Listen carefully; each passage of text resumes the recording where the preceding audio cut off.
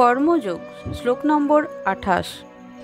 তত্ত্ববিত্তু মহাবাহো গুণ কর্ম বিভাগায় গুণাগুণেষু বর্তন্ত ইতি মত্বা ন সজ্জতে।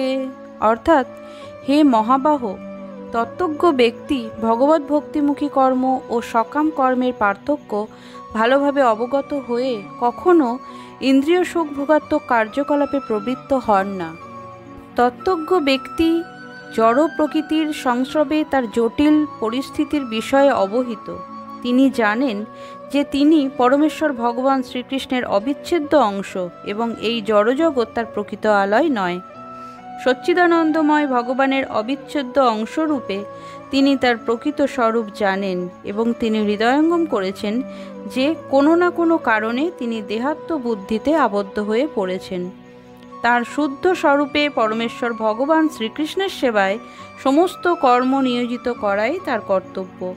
তাই তিনি কৃষ্ণ ভাবনাময় কার্যকলাপে নিজেকে সম্পূর্ণভাবে নিযুক্ত করেন এবং স্বভাবত তিনি আনুষঙ্গিক ও অনিত্য জড় ইন্দ্রিয়ের কার্যকলাপের প্রতি অনাসক্ত হয়ে পড়েন।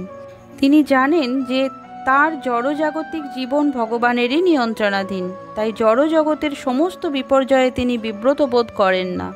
পক্ষান্তরে তিনি তা ভগবানের আশীর্বাদ বলেই মনে করেন। শ্রীমদ্ ভাগবতে বলা হয়েছে, যিনি ভগবানের তিনটি প্রকাশ ব্রহ্ম, পরমাত্মা ও ভগবান সম্বন্ধে জানেন তাকে বলা হয় তত্ত্ববিদ, কারণ ভগবানের সঙ্গে তার প্রকৃত সম্পর্কের কথা তিনি জানেন। হরে কৃষ্ণ, রাধে রাধে।